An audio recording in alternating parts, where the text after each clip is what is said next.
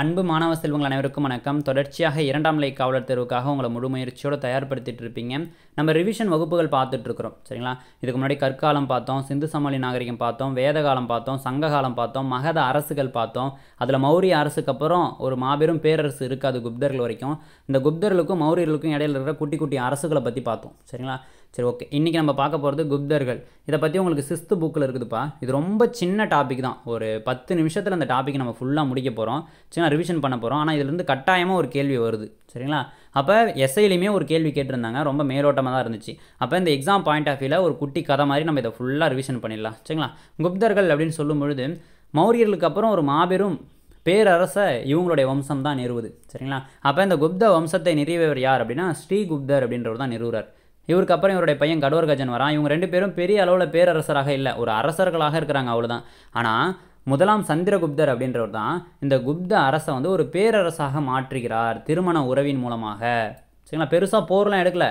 லிச்சாவி இனத்தை சார்ந்த ஒரு அரச குடும்பத்தை சார்ந்த குமாரதேவியை வந்து மனம் முடிச்சு, சரிங்களா, திருமண உறவின் மூலமாக இந்தியாவில் குப்தர்களை ஒரு பெரிய பேரரசாக மாற்றுறார், சரிங்களா?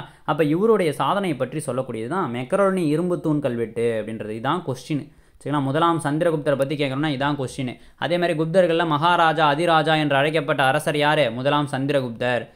முதலாம் சந்திரகுப்தரின் சாதனையை விளக்கக்கூடிய கல்வெட்டு எதுனா மெக்கரோனி இரும்பு தூண் கல்வெட்டு அப்படின்றது தான். இதான் உங்களுக்கு கொஸ்டின். அடுத்ததாக பார்த்தோம்னா இவருடைய பையன் சமுத்திரகுப்தர், தி கிரேட் அப்படின்னு சொல்கிற அளவுக்கு வரலாறுல ஒரு மாபெரும் பேரரசர் இவர். தி கிரேட்னு சொல்லி நம்ம யாரெல்லாம் பார்ப்போம்? அசோகரை தி கிரேட்னு சொல்லுவோம். அடுத்ததாக சமுத்திரகுப்தரை தி கிரேட்னு சொல்லுவோம். அலாவுதீன் கில்ஜியை தி கிரேட்னு சொல்லுவோம்.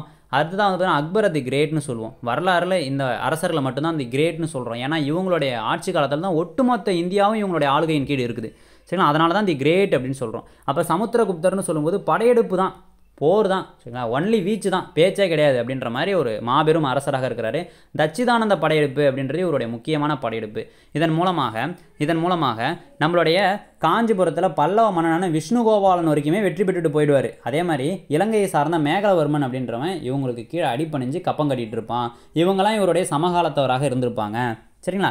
இவருடைய வெற்றியை பற்றி சொல்லக்கூடியது அலகாபாத் தூண் கல்வெட்டு அப்படின்றது தான். ஹரிசேனர் அப்படின்ற இவருடைய புலவர் வந்து 33 வரிகளில் சமஸ்கிருத மொழியில் பொறிச்சிருப்பார் இந்த அலகாபாத் தூண் கல்வெட்டை, சரிங்களா? அந்த குப்தர்களுடைய காலம்னு சொல்லும்பொழுது இந்தியாவுடைய பொற்காலம்னு சொல்கிறோம். காரணம் என்னென்னா அறிவியலில் நல்ல வளர்ச்சி, சுரங்க தொழிலில் நல்ல வளர்ச்சி, நிறைய அறிஞர்கள் இருந்திருப்பாங்க, நிறைய புத்தகங்கள் எழுதியிருப்பாங்க, சரிங்களா? அதே மாதிரி வேத மதம் அப்படின்றது மீண்டும் எழும், சரிங்களா? புத்தம் சமணம் அப்படின்ற 2 மதங்களும் வீழ்ச்சி அடைய தொடங்கிடும், சரிங்களா? புத்தம் வந்து பார்த்தீங்கன்னா 2 பிரிவாக பிரிஞ்சிடும், மகாயானம் ஹீனயானம்னு சொல்லிட்டு. அதே மாதிரி சமணமும் 2 பிரிவாக பிரிஞ்சிடும், உங்களுக்கு ஆடை அணிபவர்கள் ஆடை அணியாதவர்கள்னு சொல்லி, சரிங்களா? அப்போ இந்த மாதிரி பிரிஞ்சதுனால அந்த மதங்கள் எல்லாமே கீழே டவுன் ஆகிடும். அப்போ வேத மதம் அப்படின்றது எழுச்சி பெறுது. குப்தர்களுடைய காலம் அப்படின்னு சொல்லும்போது வேத மதத்துக்கு இவங்க வந்து ஆதரவு தெரிவிக்கிறாங்க. இருந்தாலும் சமுத்திரகுப்தர் எல்லாத்தையும் சமரசமாக நடத்தினாரா அப்படின்னா நடத்தினார். ஏன்னா இவர் வந்து ஒரு புத்த கவிஞரை ஆதரிச்சிருப்பார். வசுபந்து அப்படின்ற புத்த கவிஞருக்கு ஆதரவு தெரிவிச்சிருப்பார். அந்த வசுபந்துன்ற புத்த கவிஞர் தான் இந்த சமுத்திரகுப்தருக்கு கவிராஜா அப்படின்ற பட்டத்தை கொடுத்துருப்பாரு, சரிங்களா? அப்போ கவிராஜா அப்படின்ற பட்டத்தை கொடுத்துருப்பாரு. இவர் ஒரு இசை பிரியராக இருந்திருப்பார், சரிங்களா? அப்போ திராணா அப்படின்ற தங்க நாணயத்தை வந்து இவர் வந்து வெளியிட்டிருப்பார். அதில் வீணை வாசிக்கிற மாதிரி இவரோட உருவத்தை பொறிச்சு வெளியிட்டிருப்பார், சரிங்களா? அப்போ இந்த அலகாபாத் தூண் கல்வெட்டுன்னு நம்ம சொல்கிறோம் இல்லையா, இதை வந்து மெய்கீர்த்தி அப்படின்னு கூட சொல்கிறாங்க, ஹரிசேனர் பொறிச்சது, சரிங்களா? அப்போ மெய்கீர்த்தி பிரஸ்தி அப்படின்னா ஒருவரை பாராட்டி புகழ்வது அப்படின்றது அர்த்தம். இவர் அஸ்வமேக யாகத்தை நடத்தியிருப்பார். அப்போ இந்தியாவுடைய நெப்போலியன் என்று அழைக்கப்படுவர் யார்? இந்த சமுத்திரகுப்தர் தான், தி கிரேட் அப்படின்னு சொல்கிறோம். தச்சிதானந்த படையெடுப்பை எடுத்திருப்பார், மாபெரும் வல்லமை பெற்ற அரசராக இருந்திருப்பார். அதனால் இவர் இந்தியாவின் நெப்போலியன் அப்படின்னு நம்ம சொல்கிறோம். 2ஆம் அசோகரன் யாரை சொன்னோம்? கனிஷ்கரை சொன்னோம். இதெல்லாம் நமக்கு எக்ஸாம் பாயிண்ட் ஆஃப் வியூ ரொம்ப முக்கியம், புனை பெயர்கள்லாம். அடுத்தது பாருங்கள், இலங்கையை சார்ந்த மேகலவர்மன் அப்படின்றவன் இவருடைய சமகாலத்தவராக இருந்திருப்பார், நம்ம பார்த்தோம் இல்லையா? அவ்வளோதான். இப்போ சமுத்திரகுப்தரை பற்றி கேட்கணும்னா இது மட்டும்தான் உங்களுக்கு கொஸ்டின் இருக்குது. அடுத்ததாக 2ஆம் சந்திரகுப்தர், சரிங்களா? இது வந்து உங்களுக்கு எஸ்ஐயில் இவரை பற்றி தான் கொஸ்டின் கேட்டிருந்தாங்க. அதை ஃபஸ்ட்டு கொஸ்டினே கேட்டிருந்தாங்க, சரிங்களா? முதல் பாயிண்ட்டே கொஸ்டினாக கேட்டிருந்தாங்க எஸ்ஐ கொஸ்டினில் இப்போது, சரிங்களா? சரி, 2ஆம் சந்திரகுப்தர் அப்படின்னு சொல்லும்பொழுது இவருக்கு பல பேர்கள் இருக்குது. விக்ரமாதித்யன், சாகரி, சரிங்களா? அடுத்தது தேவகுப்தன் அப்படின்னு சொல்லி நிறைய பேர் இருக்குது. அப்போ சாகரின்ற பட்டம் எப்படி வந்துச்சுன்னா, சமுத்திரகுப்தர் தட்சிணானந்த படையெடுப்பை மேற்கொண்டார், எல்லா அரசையும் தன்னுடைய ஆளுகையின் கீழ் கொண்டு வந்தார். இருந்தாலும் சாகர்களை வெற்றி பெற முடியவில்லை. அப்போ அப்படிப்பட்ட சாகர்களையே வெற்றி பெற்றவர் யார்? 2ஆம் சந்திரகுப்தர். அதனால் அவங்கள வெற்றி பெற்றதுனால தான் சாகரி அப்படின்ற இவருக்கு ஒரு பட்ட பேரே வருது. நவரத்தினங்கள் அப்படின்னு சொல்லக்கூடிய 9 அறிஞர்கள் இவருடைய அவையில் இருந்திருக்காங்க. இவருடைய அவையை வந்து நவரத்தினம்னு சொல்கிறோம். அப்போ அரசாங்களுடைய அவைகள் ரொம்ப முக்கியம். அஷ்டதி கஜங்கள்ன்றது கிருஷ்ணதேவருடைய அவை, சரிங்களா. அஷ்டபிரதான்றது சிவாஜியோடைய அவை. அதே மாதிரி வந்து அக்பருடைய அவையில் 9 அறிஞர்கள் இருந்திருப்பாங்க. அதே மாதிரி 9 அறிஞர்கள் 2ஆம் சந்திரகுப்தருடைய அவையில் தான் இருந்திருக்காங்க, சரிங்களா. வெள்ளி நாணயங்களை வெளியிட்ட முதல் குப்த அரசர் இவர்தான், சரிங்களா. இவருடைய ஆட்சி காலத்தில் தான் பாகியான் அப்படின்ற சீன பயணி இந்தியாவிற்கு வருகை புரிகிறார். இதான் உங்களுக்கு எஸ்ஐயில் கொஸ்டினாக கேட்டிருந்தாங்க, சரிங்களா. அடுத்தது நம்ம பார்க்குறது முதலாம் குமாரகுப்தர் அப்படின்றவர். இவர் தான் நாலந்தா பல்கலைக்கழகத்தை கட்டியிருப்பார். சக்கராதித்யர் அப்படின்னு சொல்லக்கூடியவர் இவர் தான்.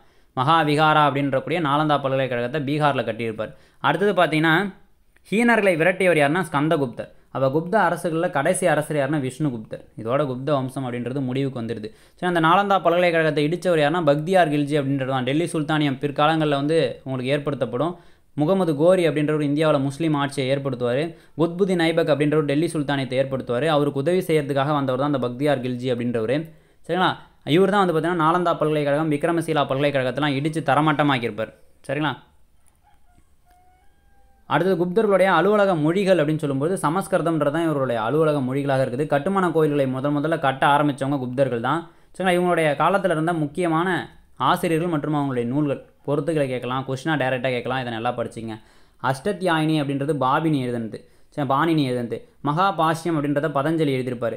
சந்திர விகாரம் அப்படின்றத சந்திரகோமியர் எழுதியிருப்பார். காளிதாசர் இயற்றிய நூல்கள் எதுனா சாகுந்தலம், மாளவிகா அக்னிமித்ரம், விக்ரமோர்வசியம் அப்படின்றது தான், சரிங்களா. அப்போ காளிதாசரின் மற்ற நூல்கள் எதுனா ரகு வம்சம், குமார சம்பவம், ரிது சம்ஹாரம் அப்படின்றது தான், சரிங்களா. அடுத்தா பூஜ்ஜியம் பற்றி குப்தர்கள் காலத்தில் கண்டுபிடிக்கப்பட்டது. அப்போ பூஜ்ஜியம் பற்றிய அறிவு வந்து பார்த்தீங்கன்னா மேலை நாட்டவருக்கு இந்தியாவிலிருந்து தான் போயிருக்கு, சரிங்களா. அதே மாதிரி சதுரங்க கேம் இருக்கு இல்லையா, அதுவுமே இந்தியாவிலிருந்து தான் போயிருக்கு, சரிங்களா. அப்போ சூரிய சித்தாந்தம் அப்படின்ற நூலை வந்து ஆரியப்பட்டர் எழுதுகிறாரு. மருத்துவத்துறையிலும் புகழ்பெற்று தன்வந்திரி இருக்கிறாங்க. மருத்துவ அறிவியலில் அறுவை சிகிச்சை அறிஞராக சுஸ்ருதர் வந்து இருந்திருக்காரு, சரிங்களா. அடுத்த மாதிரி சரகர் வந்து மருத்துவத்துறையில் வந்து சிறந்தா விளங்கியிருக்காரு. இதெல்லாம் உங்களுக்கு கொஸ்டின்ஸ் தான், இது எல்லாமே கொஸ்டின்ஸ் தான். இது மட்டும்தான் உங்களுக்கு கொஸ்டின் வந்து கேட்க போகிறாங்க, சரிங்களா. அப்போ திரும்ப ஒரு முறை பார்க்கலாம். குப்தர்கள்னு சொல்லும்போது இந்தியாவுடைய பொற்காலம்னு சொல்கிறோம் இவங்களுடைய ஆட்சி காலத்தை, சரிங்களா. இதை தோற்றுவித்தவர் யார், இந்த குப்த வம்சத்தை தோற்றுவித்தவர் யாருன்னா ஸ்ரீகுப்தர். அவருடைய மகன் கடோர்கஜன். இவங்க 2 பேரும் ராஜா அப்படின்ற மாதிரி தான் இருக்கிறாங்க. ஒரு சின்ன அரசுக்கு தான் இவங்க வந்து தலைமை தாங்குறாங்க. அடுத்ததாக சந்திரகுப்தர் அப்படின்றவர் தான் திருமண உறவின் மூலமாக, சரிங்களா, லிச்சாவி இனத்தை சார்ந்த குமாரதேவியை மனம் முடித்து திருமண உறவின் மூலமாக ஒரு பேரரசை வந்து உருவாக்குறாரு. அடுத்ததாக சமுத்திரகுப்தர் படையெடுப்பு தான், சரிங்களா. ஒன்லி வீச்சு தான், பேச்சே கிடையாது அப்படின்ற மாதிரி தட்சிதானந்த படையெடுப்பு ஏற்கிறாரு. இவர் தான் தி கிரேட் அப்படின்னு சொல்லி வரலாறுல சொல்கிறோம். அந்தளவுக்கு ஒரு பெரிய பேரரசராக இருக்கிறாரு. கவிராஜா அப்படின்ற பட்டம் இவருக்கு இருக்குது. நாணயங்களில் வீணை வாசிக்கிற மாதிரி, சரிங்களா, வெளியிடுறாரு. வசுபந்து அப்படின்ற புத்த கவிஞரை வந்து ஆதரிக்கிறாரு. ஹரிசேனர் இவருடைய அவைகளை புலவராக இருக்கிறார். இவருடைய வெற்றியை விவரிக்கக்கூடிய கல்வெட்டு தான் வந்து பார்த்திங்கன்னா உங்களுக்கு அலகாபாத் தூண் கல்வெட்டு அப்படின்னு சொல்கிறோம், சரிங்களா. அதேமாதிரி பிதாரி தூண் கல்வெட்டுன்றது ஸ்கந்தகுப்தரை பற்றி விவரிக்கக்கூடியதாக இருக்கும். இதான்ப்பா உங்களுக்கு கொஸ்டின், வேறு எதுவும் உங்களுக்கு கொஸ்டின் வந்து கேட்க மாட்டாங்க, சரிங்களா. இப்போ நம்ம பார்த்தோம் இல்லையா, இது மட்டும்தான் உங்களுக்கு கொஸ்டின். அந்த குப்த வம்சத்தில் கடைசி அரசர் யார் அப்படின்னா விஷ்ணுகுப்தர் அப்படின்றவர் தான், சரிங்களா. விஷ்ணுகுப்தர் அப்படின்றவர் தான். அப்போ இது ஒரு ரொம்ப சின்ன டாபிக் தான், ஆனால் இதை பார்த்தீங்கன்னா கண்டிப்பாக ஒரு மார்க் உங்களுக்கு இருக்குது, சரிங்களா. தொடர்ச்சியாக நம்ம போகிற ரிவிஷன் கிளாஸ்லாம் பார்த்துக்கிட்டே இருங்க. தேங்க்யூப்பா.